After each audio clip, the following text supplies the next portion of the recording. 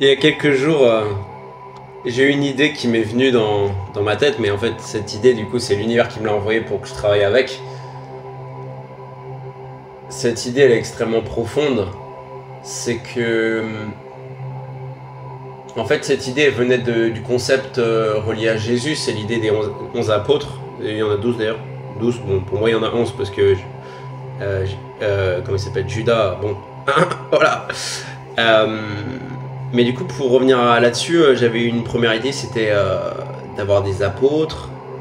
Et je me rends compte que le concept même d'apôtre est trop relié à l'ombre de Jésus, et relié à quelque chose de trop daté et pas assez actuel, on va dire. Et du coup, ce que j'ai fait comme parcours par rapport à ça, c'est que ce qui s'est passé, c'est que... Alors, comment ça s'est passé? Il y a quelqu'un qui est rentré en contact avec moi, que j'ai vu juste avant ma crémaillère en décembre. Et il m'a recontacté. Je sais plus comment ça s'est fait, mais bref, il m'a recontacté dernièrement. Et cette personne, je me suis dit, ok, on va voir, hein, ça se trouve, il peut être bien pour le métier, non, la mission d'apôtre. À l'époque, c'était ça l'idée. Et, euh, et du coup, il y a aussi une autre personne dans le même temps qui est revenue vers moi, c'est Mehdi. Donc la première, c'est Romain, et le deuxième, c'est Mehdi. Et du coup, je me dis, bah, ok, bon, bah, ça se bouscule un peu là. Et il y a une autre personne qui est arrivée aussi, que j'ai vue au supermarché, qui m'avait ajouté sur Facebook, sans que je connaisse qui c'était du tout. Ouais, voilà, ça voulait sortir. Et du coup, ce qui s'est passé, c'est que Romain n'a jamais vraiment fait partie de mon paradigme. Mehdi a beaucoup fait partie de mon paradigme. Et il y a eu... Romain ne faisait pas partie de mon paradigme parce qu'il avait trop d'ego, il était trop dans le mental, et je l'avais senti à distance, et du coup je l'avais gardé à distance. Je l'avais rencontré alors que j'étais avec mon ex-compagne, Hortensia. Et alors que qu'il y avait cette dimension, il y a aussi le fait que Mehdi, du coup, j'avais souhaité reprendre contact avec lui. Je me suis dit, ok, je serais content de reprendre contact avec lui. Bon, du coup, c'était une manière pour moi de clôturer le chapitre où il a fait partie de ma vie. Et du coup, ce qui se passe, c'est que je me dis, bon, ok, on va voir ce que ça peut donner, mais je me dis, bah, ce serait bien qu'ils viennent ici et pour que je leur annonce cette mission d'apôtre. Mehdi est venu. Oh, attends. Hier, je crois que c'est hier. Je crois que c'est hier. Mehdi est venu récemment, on va dire ça comme ça. Il est arrivé avec une énergie débordante, incontrôlée, totalement incontrôlée. Quand je dis incontrôlée, c'est que aucune maîtrise spirituelle. Du coup, il est arrivé, il a eu peur de mon tapis, ce qui est normal. Parce qu'il est énormément énergétique et qu'il crée des vortex. Je suis dessus, hein, d'ailleurs. Je suis dessus. On voit pas, mais si on voit là, je suis dessus. Et du coup, il s'est passé beaucoup de choses. Déjà, une des premières choses qui l'a attiré, c'est direct les oracles. La facilité directe. Direct. Les oracles, c'est pour nous donner des réponses, nous aider sur le chemin quand on a des périodes de doute. Alors que là, il arrive avec toute son excitation et direct, un des premiers trucs, c'est l'oracle. Mais non, non. Et il a fait un truc qui est extrêmement choquant, extrêmement irrespectueux et extrêmement gamin, comme un gosse, hein. Mais comme un gosse immature, je parle bien, parce qu'il y a certains gosses qui sont très matures. Et comme un sale gosse, clairement. Et il s'est mis sur le tapis et il a joué sur le tapis en mode c'est un tapis de jouet pour enfants. Bah non, il sait pas du tout ce que c'est comme tapis, il faut croire. Il était attiré par une fleur de vie qui était posée. Et il l'a touché direct sans demander ni rien, vraiment aucun respect. Il est déjà rentré dans l'appartement d'ailleurs, et il a vu une tapisserie de la Kundalini qui est extrêmement puissante. La Kundalini, c'est l'énergie primordiale de l'être, et il l'a totalement ignoré. J'adore. Par contre, il était plus intéressé par les chakras. Ça, je peux comprendre d'une certaine manière, mais quand même, la Kundalini, c'est... Bah, j'imagine qu'il n'est pas éveillé à ça et c'est ok, mais... parce que c'est extrêmement profond la Kundalini. Et du coup, ce qui s'est passé, c'est qu'il a été attiré vers une fleur de vie alignement. Alignement des chakras. Donc en fait, il était attiré par les chakras parce que ces chakras ne sont pas niés. Forcément. Et il était aligné d'ailleurs au niveau des chakras, il était attiré par entre le chakra racine, chakra sacré pardon, et le chakra du plexus solaire. Donc il a littéralement mis la main ici pour enlever une poussière, un truc comme ça. Il a fait ça. Donc j'ai compris qu'il était attiré, il était entre les deux. Parce que il n'a pas de confiance en lui et que le chakra sacré, il a du mal à créer. Donc oui, c'est normal. Et du coup, je lui dis ouais, tu peux la mettre dans ta poche, la fleur de vie alignement. Et du coup, lui d'ailleurs, j'ai dû lui redire après, non, c'est pas parce que tu la mets dans ta poche qu'elle est à toi en fait. Tu la mets dans ta poche, d'accord, mais tu me la remets chez moi, en fait, à moi en fait. Voilà. Il s'est passé quoi? Il a été curieux par certains objets extrêmement puissants vibratoirement. Il les a totalement ignorés, c'était trop drôle. Il était dans un l'ego de ouf, vouloir tout contrôler. Moi, j'étais obligé de le contrôler parce qu'il était totalement... Enfin, je veux dire, la maîtrise de soi, c'est que par exemple, quand on tape partout, tout ça, c'est qu'on est clairement pas en maîtrise de soi et que c'est normal vu que les énergies du lieu sont puissantes. Tac, mon alarme I am a dragon que je viens de stopper. Et à un moment, il a pris une orbe dans les mains. Et quand il a pris l'orbe dans les mains, l'énergie était tellement puissante de cette orbe qu'il a eu un coup de décharge et il a lâché l'orbe. Ce qui est déjà aucun respect, le fait qu'il ait lâché l'orbe.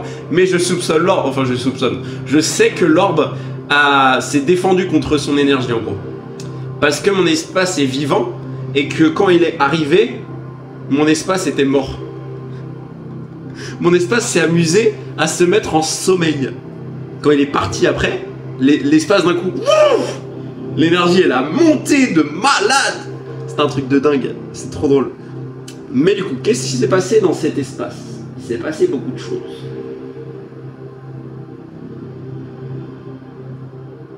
Je lui ai montré des esprits. Et il était à moitié excité par rapport à ça. Et des fois, il a vu des trucs et il essayait de l'expliquer avec sa tête. Enfin, sa tête, bon, bref. Son ego, quoi, au fond. Son mental, quoi. Mais pas la bonne partie du mental, clairement.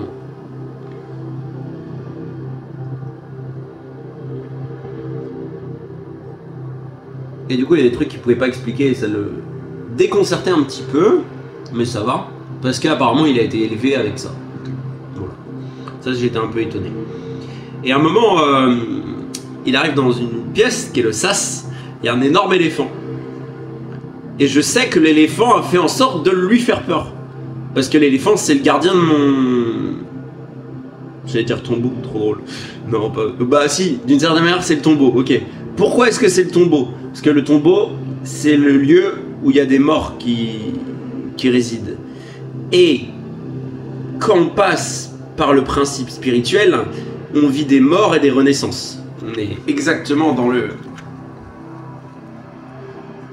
Merde, attends. Donc, dans le phénix... J'arrive pas trop à le faire. T'as compris l'idée? Dans le phénix, Rise Stronger. Ah. Ah. Et du coup, ouais, et du coup, l'éléphant, il lui a fait grave peur. C'était trop drôle. Moi, j'avais pas prévu qu'il lui fasse peur, l'éléphant. L'éléphant avait sa propre conscience. Parce que il y a une chanson de Maël, toutes les machines ont un cœur. Toutes les machines ont un cœur qui bat. Comme on se bat maintenant. Un peu ça. Toujours impressionné par comment j'arrive à chanter bien, parce que tellement je communique ma vérité, le chakra de la gorge se relâche et le chant commence à être d'une pureté cristalline, comme mon âme.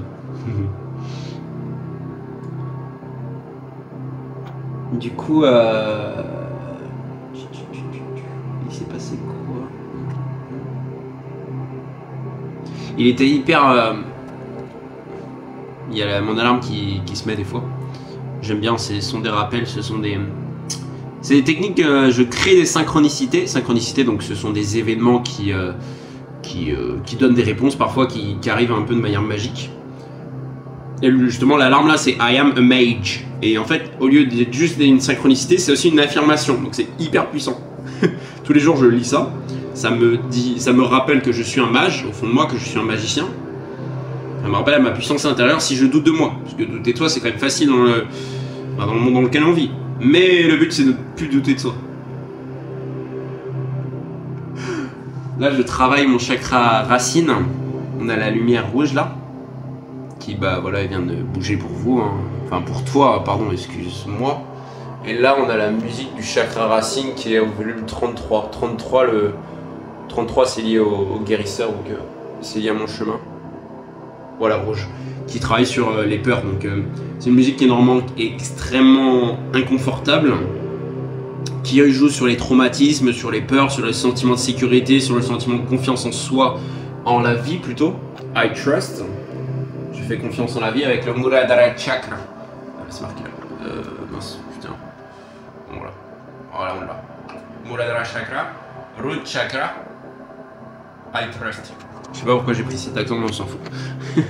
J'ai dû prendre un côté indien d'un coup. Et du coup, elle a été attirée par le tambour chamanique que j'ai. Le tambour avec un taureau. D'un coup, il l'a vu. Ce qui est drôle, c'est qu'en fait, il avait les yeux. Et il a pris genre 1 minute pour le voir. Il était plus attiré par les cartes M&M's.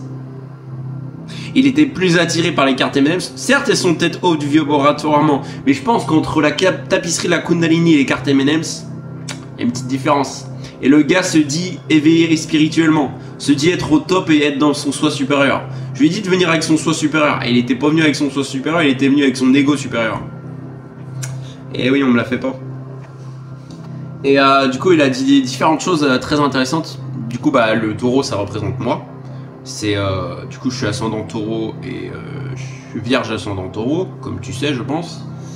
Et du coup, bah, ça représente moi, donc ce tambour chamanique, avec un taureau dessus. Et du coup, avec ce tambour chamanique, il a essayé de le canaliser, parce que c'est un pouvoir qu'il a. Malgré tout, il a un pouvoir divin de canalisation. Et est-ce qu'il a vraiment ce pouvoir, ou est-ce qu'il a vraiment? Oui, mais il y a de l'ego dedans encore. Ouais. Et du coup, il a dit différents trucs, et il a dit qu'il y avait un côté maternel et paternel.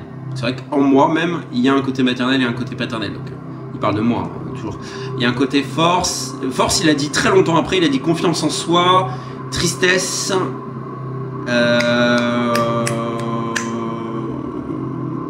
Je sais plus. Mais il a dit force au bout d'un moment. Il a pris beaucoup de temps à le dire. Parce que c'est pas quelque chose qu'il ressent en lui. Et il a fait un tout petit peu du tambour. Et je lui dis calme-toi parce que moi tu vas m'activer. Ça va pas être fini. Par exemple, il a totalement ignoré une bande. En fait, c'est c'est un reste d'un panettone. C'est un gâteau italien, je crois, ou je sais pas comment. Et en fait, il y avait une bande avec des trèfles à 4 feuilles dessus. Et normalement, donc c'est sacré. C'est la chance. Le trèfle à 4 feuilles, c'est la chance. C'est pas juste un porte-bonheur comme ça, des conneries. C'est la vérité. C'est la chance, le trèfle à 4 feuilles. J'en ramassais quand j'étais petit. Je passais des heures à ramasser des trèfles à 4 feuilles chez ma grand-mère.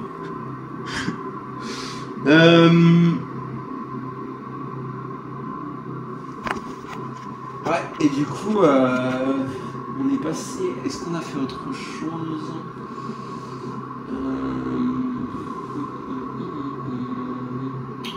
Alors. Non, je pense qu'on est passé à ça. J'ai remarqué qu'il se tenait pas debout bien, il a des problèmes de jambes, ses jambes elles sont comme ça au lieu d'être comme ça. Enfin non, elles sont comme ça au lieu d'être comme ça. Voilà. Je vais faire une petite démonstration. Il a les jambes comme ça au lieu d'être comme ça. Voilà. Et le corps, en gros, il avait le ventre vraiment gonflé. Ça, c'est le manque de confiance en soi. Ouais, il y a pas mal de lumière là-dessus. Donc, les épaules comme ça, le ventre gonflé, j'arrive pas à faire moi, c'est pas grave. Et les bras lâches, aucune puissance, vraiment aucune puissance qui se dégageait de lui. Il était faible, il était comme un gamin, avec vraiment soumis à la vie en fait, en mode victime. Et ce qui s'est passé, c'est un miracle, hein, clairement. J'ai pris une photo. J'ai fait quelque chose pendant 2-3 minutes. J'ai pris une photo. Et après, j'ai pris une photo 7 minutes après, quand je suis vraiment rentré dans l'idée de le pousser, l'aider à avoir confiance en soi, parce que clairement, moi, j'étais là pour le booster. Ah, c'est intéressant, je remarque. Oui, parce que je dis ça et que sous moi, là, il y a un puzzle de pan, de paon, ou appelle ça comme tu veux. Et le pan, c'est la confiance en soi et aussi la capacité de se montrer dans sa vérité au monde. C'est exactement ce que je fais avec cette vidéo notamment. Parce que je veux quand même montrer comment l'ego peut être énormément détrimentaire à notre évolution, à notre bonheur. Parce que, au fond, est-ce que lui m'a aidé? Non. À un moment, on était complices et en fait, on a fait un check. Il m'a défoncé le poignet pendant 1h30, j'avais mal. Pourquoi? Parce qu'il a mis de la toxicité dans ce geste. Il voulait me dominer parce qu'il se sentait dominé. S'il se sent dominé, ce qui se laisse dominer déjà. Après, c'est normal vu ma présence. Mais faut accepter que parfois, il y a quand même une sorte de hiérarchie. Et il ne faut pas forcément l'avoir de manière toxique. Il y a des hiérarchies qui sont très toxiques, je suis tout à fait d'accord. Mais moi, j'ai envie de contrer l'idée qu'un pouvoir, c'est un pouvoir négatif. J'ai envie de me dire que le pouvoir, ça peut être un pouvoir positif. Mais ça, c'est une notion qui est très galvaudée et qui est très compliquée à intégrer chez les gens. C'est même la même notion, c'est que est-ce que c'est mauvais d'être riche? Là, beaucoup vont dire oui. Non, c'est pas mauvais d'être riche. Déjà, la richesse, c'est la richesse matérielle, la richesse financière, il y a plein de richesses différentes. Mais pourquoi n'aurions-nous pas le droit d'être riche financièrement, matériellement, amoureusement, etc. Pourquoi pas? Bah si, c'est une possibilité. Pourquoi n'aurions-nous pas le droit au bonheur? Grande question. Est-ce que ça marche? Il tient pas? Si, il tient.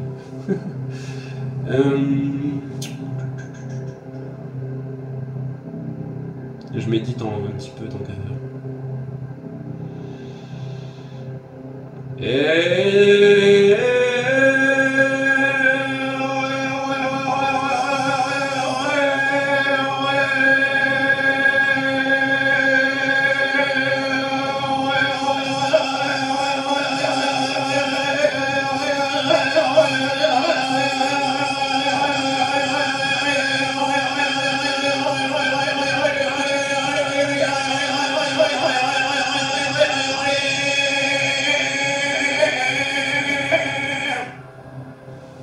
C'est mon intuition qui m'a dit de faire ça. Waouh, ça m'a activé de ouf. Waouh, la différence d'énergie en moi. Il se passe peut-être des choses en toi. Des fois, mon intuition me dit de dire des trucs et j'ai envie de l'écouter en fait. Tout à l'heure, j'ai fait un puzzle du tigre sur le tigre et j'ai pris une boîte et je me suis dit, est-ce que c'est la boîte où il manque une pièce ou c'est la boîte où il ne manque pas de pièces? Mon intuition m'a dit que c'est la boîte où il ne manque pas de pièces, mais mon ego, il a essayé de chercher un petit peu, il s'est dit, est-ce que c'est l'autre boîte? En fait, c'était celle-là où il n'y avait pas de pièces manquantes, donc c'est parfait. J'ai bien fait de faire confiance à mon intuition, au fond. Et tout à l'heure, j'ai lancé la carte du tigre. J'ai lancé. Elle a rebondi sur le puzzle du tigre. Alors vraiment, c'est comme ça que ça a fait. Ça a fait comme ça. Ça s'est posé comme ça. Vraiment, c'était hyper drôle. Je me suis dit, mais ah ouais, les synchronicités, c'est sympa, mais quand même là, la magie du monde, purée.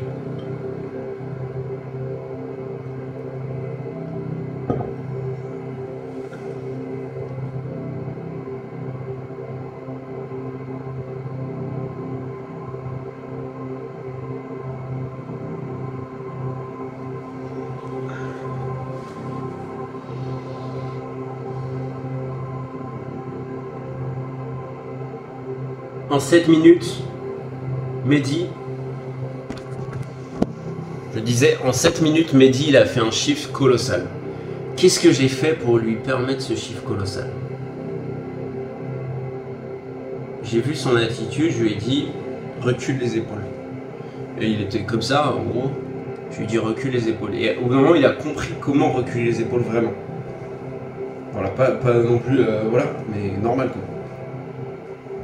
Mais pour ça, faut apprendre une position de fierté d'une certaine manière. Et on est parti d'une phrase qui est toute simple, c'est que je lui ai dit simplement de dire I am the king. I am the king, je suis le roi. Mais je suis le roi de quoi? Je suis le roi de mon cœur, le roi de mon âme, le roi de mon royaume personnel. La notion de I am the king, c'est une notion que moi j'ai répétée, parce que je serai bientôt empereur des cœurs, et pour être empereur, il faut déjà savoir être roi. Comment être empereur si on n'est pas roi? Comment? Oui, c'est ça. Et du coup, j'ai souvent dit I am the king. Au début, c'était I am the king, I am the king, I am the king, et j'y croyais pas. Maintenant, c'est I am the king. Ça résonne autour et tout, quoi. C'est ça qui se passe. Parce que si tu arrives à vraiment dire les mots, tu y crois jusqu'au profond de ton âme et ton plexus solaire. Et c'est à ce moment-là que tu les intègres en toi. Et si tu dis des mots avec un doute, ça veut dire que tu ne crois pas totalement en ces mots. C'est pas facile parce que ça veut dire qu'il y a encore des parties de toi qui disent ouais, t'es pas un king. Et du coup, le chiffre énorme que je lui ai fait faire, c'est ça. Je lui ai fait répéter ces mots-là, pardon. Et à un moment, du coup, j'ai posé, j'ai pris la carte du tigre que je lui ai demandé de prendre par intuition, et je lui ai dit, je lui ai fait simplement la symbolique du tigre, la puissance, la force, la volonté, la liberté, l'adaptabilité, la vivacité, la détermination, l'ardeur et la bonne santé. Il invite à plus de flexibilité, à écouter son instinct, permettre les changements de cap pour mieux s'adapter aux changements, gagner en confiance et surmonter la peur. Laisse-toi guider par l'énergie du tigre, connecte-toi à son rayonnement, détends-toi et ressens. Ce que j'ai fait ensuite, c'est que j'ai posé sur sa tête comme ça. Il a continué à dire I am the king. Et entre la première photo où il avait le ventre gonflé, il avait le visage d'un enfant apeuré, ou d'un enfant, je sais pas moi, d'un enfant qui avait besoin d'être guidé totalement, où il m'a dit à un moment, quand j'ai voulu lui redresser les jambes, il m'a dit si je me casse la gueule, tu me rattrapes, parce que là je vais probablement tomber. C'est-à-dire que dans sa tête, il se conditionnait à tomber. Alors que moi je sais que si on est vraiment solide spirituellement, on peut soutenir des vortex en étant debout. Ce qui est dur, mais ça demande du mental et ça demande d'avoir vécu des épreuves ou alors de faire tellement confiance à son âme qu'on sait qu'on est en sécurité, qu'on n'a rien à craindre. Moi je lui ai dit, à ta gauche, à ta droite pardon, à ta droite, tu as un éléphant. Un éléphant c'est pas rien, enfin, c'est la force brute, c'est la protection, la sagesse, la mémoire, Akasha. C'est pour ça que j'ai 4 ou 5 éléphants dans mon espace. Bon. Hey, j'aurai bientôt un puzzle d'ailleurs d'éléphants. D'ailleurs je l'attends. Bon, puzzle d'éléphant, si tu le veux bien, je suis prêt pour t'accueillir. Je le manifeste. Si ça marche, ben non, ça va marcher de toute façon ce que je dis. Ça va marcher. Et du coup, ce qui se passe, c'est que je lui ai dit tout ça et tout, et au lieu d'avoir le ventre gonflé, son ventre d'un coup, carré, genre ventre gainé, les bras musclés, franchement, fort, le torse redressé, l'énergie beaucoup plus calme, les yeux fermés. Waouh! Il est passé de l'enfant apeuré qui est une victime qui a besoin d'être sauvé. Moi je lui ai dit non, de toute façon je vais pas te relever. Si toi tu te casses la gueule, c'est à toi de te relever. C'est un amour un peu dur, mais n'empêche que le problème par exemple de philosophie comme la philosophie de Jésus, c'est de prôner le fait que le sauveur est à l'extérieur de nous, alors que le sauveur il est à l'intérieur de nous. Est-ce que moi quand je me cassais la gueule, quand on me mettait dans la poussière, est-ce qu'on me relevait? Non, c'était moi qui me relevais, parce que j'en avais la force. C'est pas pour autant qu'il faut pas relever les autres, mais il faut apprendre que c'est à eux en premier de prendre la décision de se relever. Et que si eux, au fond d'eux, ils ne prennent pas la décision de se relever, ils se relèveront jamais. Et c'est ça le problème de la notion de sauveur. De manière générale, on ne peut pas sauver quelqu'un si elle-même n'est pas prête à se sauver. Si une personne est prête à s'ouvrir à l'enseignement, non, c'est pas ça. Quand l'élève est prêt, le maître apparaît. Cette phrase, c'est un bijou, j'adore, je la kiffe. Quand l'élève est prêt, le maître apparaît. Oogway dans Kung Fu Panda, il y a énormément de sagesse dans Kung Fu Panda, hein, ça c'est indéniable. C'est une très grande sagesse. Oogway était une grande sagesse, bien qu'il manquait peut-être de l'espièglerie, mais il était quand même plutôt sage. Et il disait que il choisissait ceux qui étaient prêts en fait. Il choisissait ceux qui étaient prêts. Et Mehdi, il a fait un chiffre considérable entre ces deux photos. Et à un moment, j'avais posé la carte du tigre, elle est tombée par terre. Mais je me suis dit, c'est pas grave, tu l'as déjà intégré. Tu l'as intégré en toi, le tigre. Et je lui ai fait faire aussi ça, c'est que je lui ai fait faire le bruit du tigre. Je vais essayer, parce que personnellement, je l'ai jamais fait. Je fais le lion quand je baille. J'ai déjà fait le taureau des fois, quand je suis vraiment énervé, c'est vraiment le taureau. Ou alors quand je suis vraiment dans ma puissance. Ou au badminton, par exemple, c'est le taureau. Ouais, c'est pas mal, c'est même pas mal. Bon, bref, le tigre.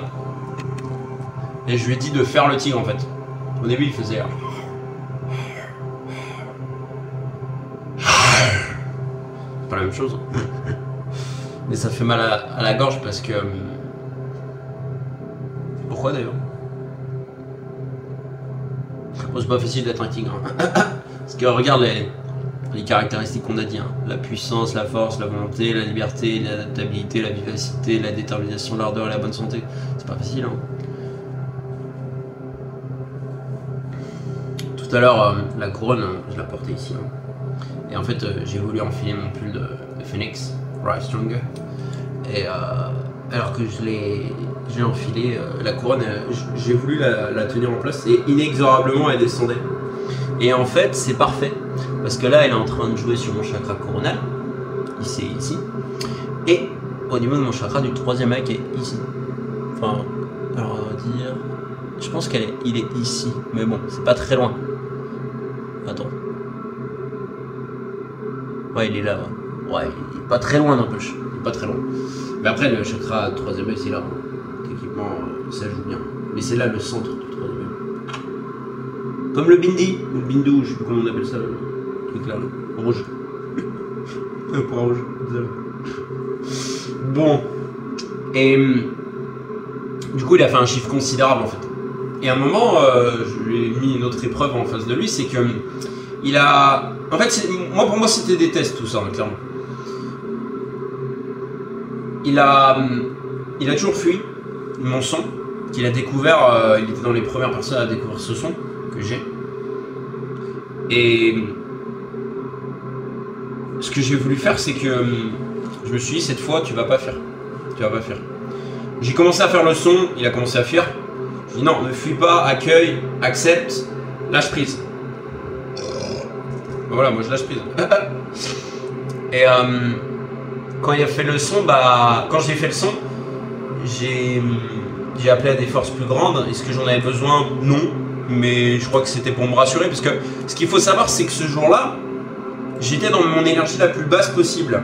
Et comme je le répète tout à l'heure, comme je le disais tout à l'heure, l'espace ne me soutenait pas du tout, parce que mon espace était mort au niveau de vibration, parce qu'il voulait que Mehdi soit dans l'espace physiquement, mais pas énergétiquement, ou peu énergétiquement. Parce qu'on ne peut pas couper totalement, mais l'espace avait fait en sorte d'être endormi. Ce qui est... Ça me fait penser à la métaphore de Horace Slughorn dans Harry Potter, où il se transforme en canapé et il est endormi, quoi. Enfin, on voit pas qu'il est là. Et en fauteuil. Bah, c'est un peu la même idée. Et donc, of course I'm a mage. Et du coup, ouais, c'est que mon espace, ouais, il vibrait pas. Et moi aussi, c'était dur de coup pour moi de vibrer. Et il a voulu que je raconte différentes... alors déjà, oui, quand j'ai fait ce son... j'ai fait un son de telle sorte, en fait, il y a... Genre quand on chante, on va dire qu'il y a un palier, il y a 2 paliers et tout. Et en fait, souvent, les personnes, elles arrivent à faire un palier ou 2, clairement. J'ai fait 1 palier, 2 paliers, 3 paliers, 4 paliers. Alors le 4e palier, c'est du 120-130 décibels.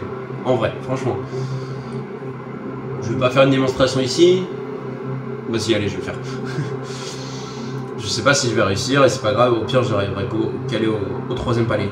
Peut-être que le téléphone s'arrêtera ou que ça buggera parce que l'énergie du son va être forte. Peut-être que ça va pas du tout être fort et c'est pas grave. Je ne maîtrise rien là-dessus. C'est de l'improvisation. Let's go!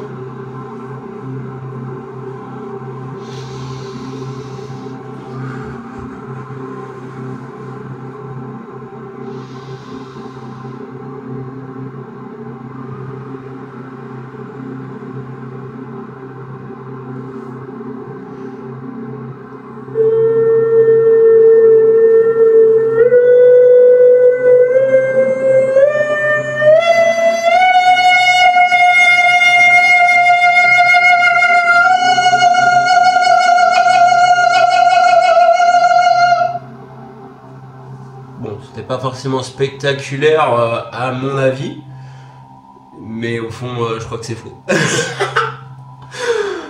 Parce que je suis quand même monté haut, je suis pas monté aussi haut, je pense que je suis monté au palier 3, mais que j'ai créé des mini paliers on va dire. Je suis monté au palier 3, parce que mon palier 4, parce que je l'ai fait en impro, sans aucune préparation ni rien. Je m'étais pas trop préparé l'autre jour, mais j'avais pris peut-être 2 minutes pour vraiment me mettre dans cette ambiance et j'avais appelé à des forces comme je disais.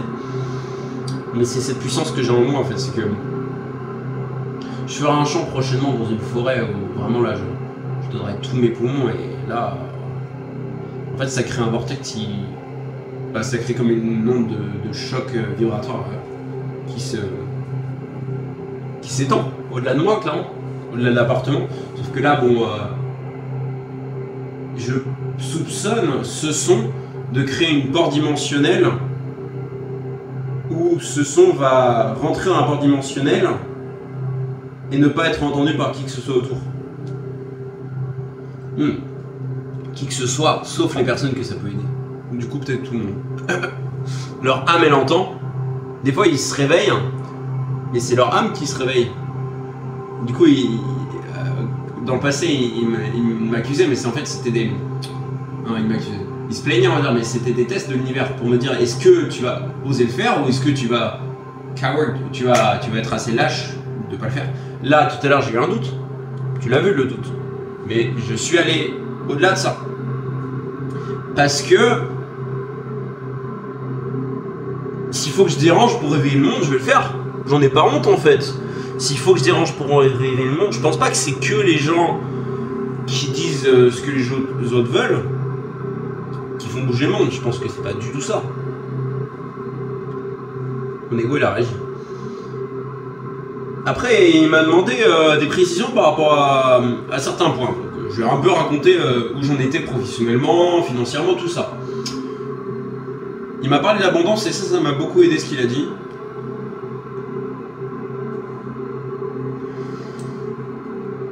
Et au-delà de ça, il m'a posé pas mal de questions. Ah oui, non, ce qu'il a fait, c'est que pendant 30 minutes, il parlait de lui. Il parlait de lui, moi c'est ok, il parlait de lui. Mais quand je veux dire qu'il parlait de lui, c'est qu'il parlait vraiment que de lui et qu'il n'y avait pas vraiment d'échange. Après, au bout d'un moment, il s'est rendu compte. Je fais que de parler de moi là, ça se voit un peu trop. On va faire comment? Bon allez, on va lui poser des questions. Et là, c'était vraiment l'interrogatoire, comme si c'était à la police et tout. Salut la police, au fait. Et 34 minutes 43 quand je dis ça, j'adore. Quand je fais ce petit doigt d'honneur des familles. Parce que l'honneur, c'est important. Et quand je fais... alors j'ai bugué ma phrase, attends... Oui, du coup il m'a posé plein de questions. Et là, quand il pose ces questions-là, moi je me sens pas à l'aise. Pourquoi? Parce qu'il y a du contrôle dans ces questions. Ça s'appelle la technique de l'interrogateur, du questionnant. Parce qu'en fait, si tu poses plein de questions à quelqu'un comme ça, c'est agressif. Tu as des manières de le faire. Mais je veux dire, il y a des questions qui sont faites pour te voler de l'énergie.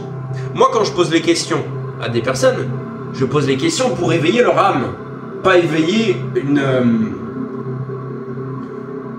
un vampirisme énergétique, parce que ça, je pense que tu connais si tu regardes ces vidéos. Il y a quand même beaucoup de vampires énergétiques dans ce monde et c'est triste. C'est triste que des notions comme le mauvais œil existent. Je pense que ça n'aurait pas, dans le monde que je vais créer, ça n'aura plus sa place, ça c'est certain. C'est indéniable.